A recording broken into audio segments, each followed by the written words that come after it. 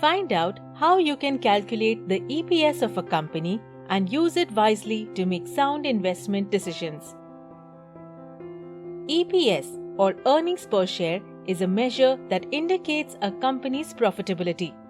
Often used by analysts to gauge a company's financial strength and relative valuation, EPS is considered the bottom line when determining a firm's worth.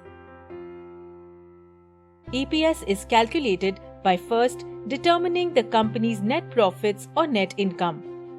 This figure is then divided among all outstanding shares of its common stock.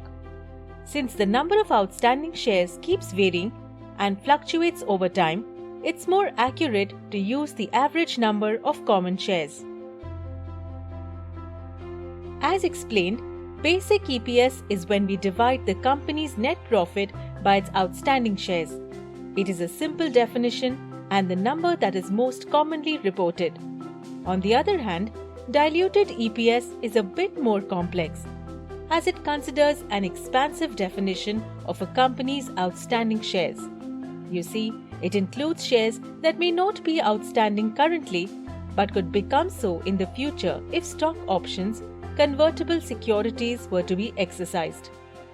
Do note that diluted EPS will usually be lower than basic EPS. EPS is considered the most crucial metric in the stock market for both existing and prospective shareholders. Several investors consider EPS when choosing to invest in the stocks of a company. They can look at historical as well as future EPS to gauge and predict company performance. Moreover, investors can also compare the EPS of companies functioning in the same industry. It's said to be more effective to compare two companies in the same industry with the same number of outstanding shares. The one with the higher EPS is likely to have higher profitability. Naturally, a company with a steadily increasing EPS is considered more reliable to invest in than a company whose EPS varies or is on the decline. Sometimes a company's EPS may be growing, but its stock prices could be on a decline. Similarly, a company with a low EPS could experience an increase in its stock prices. This is why some investors judge EPS in consideration with the share price to arrive at the price-earnings ratio or the PE ratio. With this ratio, investors can determine whether a particular company's stock is overvalued or undervalued in comparison to its historic price-earnings ratio and its peers.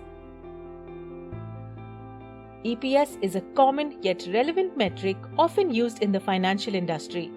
It allows one to know how well a company is performing compared to its peers and forms the basis of many important investing decisions.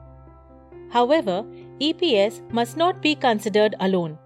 While it is an important metric, it's advisable to make your investment decisions keeping EPS and other performance measures in mind. Investment in securities market are subject to market risks. Read all the related documents carefully before investing.